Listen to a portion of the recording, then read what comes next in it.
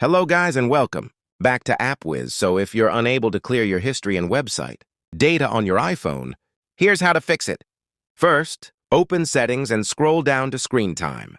Scroll down to Content and Privacy Restrictions and tap it. Make sure the Content and Privacy Restrictions toggle at the top is turned off. Once that's done, go back to the Settings page, scroll down to Apps, then find and tap Safari. Scroll down to Clear History and Website Data and check if you can now select it.